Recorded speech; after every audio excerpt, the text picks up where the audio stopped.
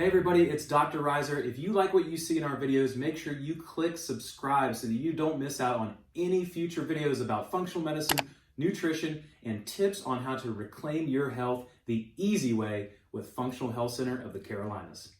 Hey everybody, it's Dr. Reiser. Another Whiteboard Wednesday. Today is April 8th, and we are going to be talking about the gut. It is IBS Awareness Month, the whole month of April. I've already done a video on IBS, so I wanted to talk about something that could possibly trigger irritable bowel, and that is something called leaky gut. I've done several videos on leaky gut, but because we're staying at home right now in quarantine, what better time to think about your gut and think about the foods that you're putting into it. So let's briefly overview what leaky gut is. Leaky gut is when the tight junctions or the cells inside the lining of your intestine break down and allow antigens or toxins or anything else to go in, and your body starts to produce an immune response to it. A lot of things are connected to leaky gut, a lot of disease processes, multiple sclerosis, other autoimmune diseases, skin conditions, anxiety, depression, blood sugar, type 1 diabetes have all been linked to leaky gut. I believe actually too, people that have celiac, the first degree relatives of people that have celiac are I think 70 to 80% likely to have leaky gut just because you're a relative. So it is all over the place as far as leaky gut is concerned and as far as people are concerned. So let's talk about how you can maybe test yourself for it while you're staying at home in quarantine, and then what actual tests we can do once we figure out if it's a possibility that you have it. So I'm going to erase the top here and we're going to go through it and actually what happens. So I will leave the cells up, and basically let me explain this. We have the inside of your intestine at the top. And then we have your bloodstream at the bottom. And so what you have to do when you're eating food, your body wants to absorb the nutrients from it. So the nutrients will come by through the intestine, and then you absorb the nutrients straight through into your blood so that you can send vitamins and minerals and different things all over your body for your body to use, the cells to use. Well, also along the way, because the average human eats 3 to 7 tons of food in their lifetime, along with that food, we could have bacteria, we could have mold, we could have parasites, we could have yeast, we could have allergenic foods like gluten that can pass through. And let's say those come through, and specifically here, these green and purple little stars that you see are bacteria and parasites. We want to make sure that we keep them on this side. We don't want those coming into the bloodstream. And in general, if you're a healthy person, your body will keep those things inside the intestine. You'll have a bowel movement and they expel. Well, what happens if you have certain things that could trigger leaky gut? So those things that we could list would be a low fiber diet, excess alcohol, excess caffeine, taking NSAIDs, taking antibiotics for a long duration or multiple times in your life, stress, heavy stress on the body, surgeries done on the intestines or the colon. We also have over-exercising can cause leaky gut, can cause issues with that. Multiple things. So what actually happens if you do those things? Let's say you are somebody that takes antibiotics frequently, you kill off your good bacteria. Well, there's certain things that can occur that cause leaky gut. The number one thing, the one thing that we always know will be a breakdown of this. So that's what's called a tight junction. That is a junction that seals up the two cells that are together inside your intestinal wall that keeps things out. So if this breaks down, then these little bacteria can squeeze all the way through, and then they get into your bloodstream. Okay, that's called a paracellular entryway.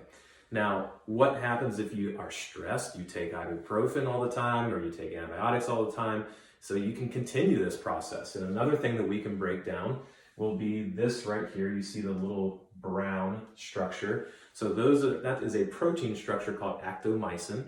So that can break down, and then you have parasites and yeast going through the cells now into your bloodstream. That's called transcellular flow through. So multiple ways this can happen, but you can't just test for leaky gut. Leaky gut is hard to test for, and there's only a few tests that I will actually suggest to figure out if you do have it. So one thing to figure out first, if you are a likely candidate for it, is obviously all those things that could trigger it, or if you have known food allergies. So that's something that obviously if you have food allergies, they're leaking through and you're causing an immune response. So that would be something, if you do know you have food allergies, get tested for leaky gut. We'll talk about that here in a second.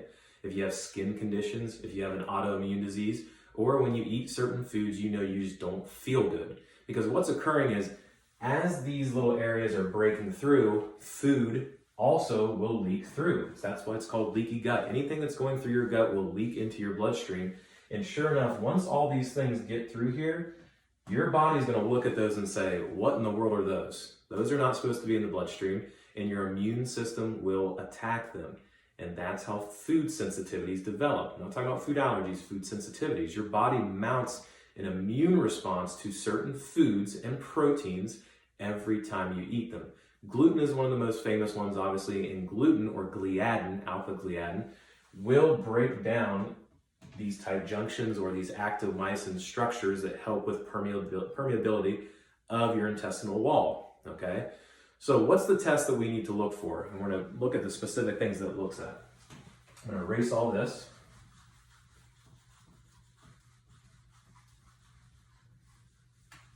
The test that I feel the most comfortable running on somebody to find out if they have leaky gut is called the Cyrex Array 2.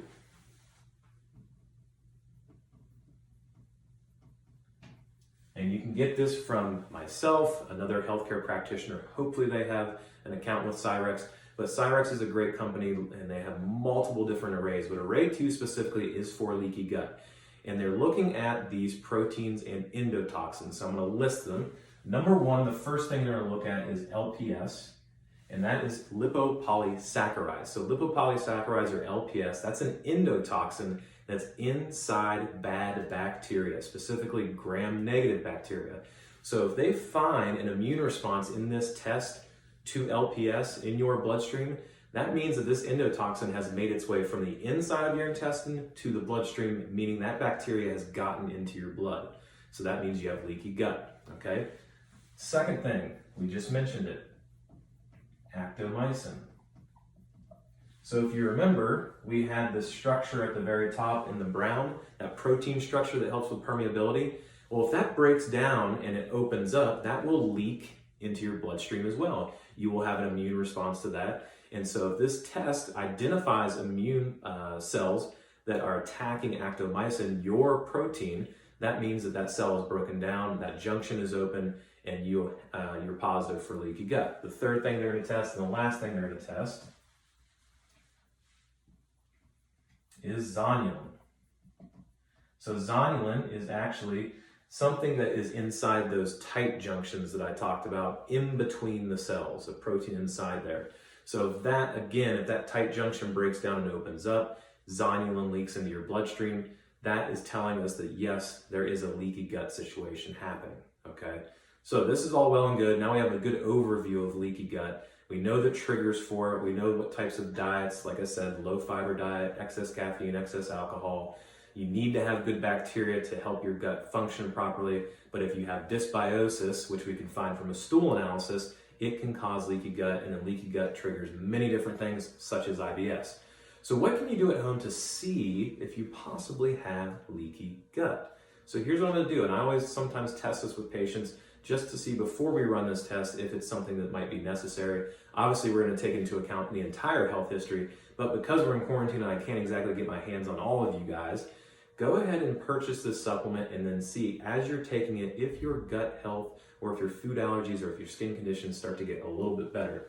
And it's something we talked about last week.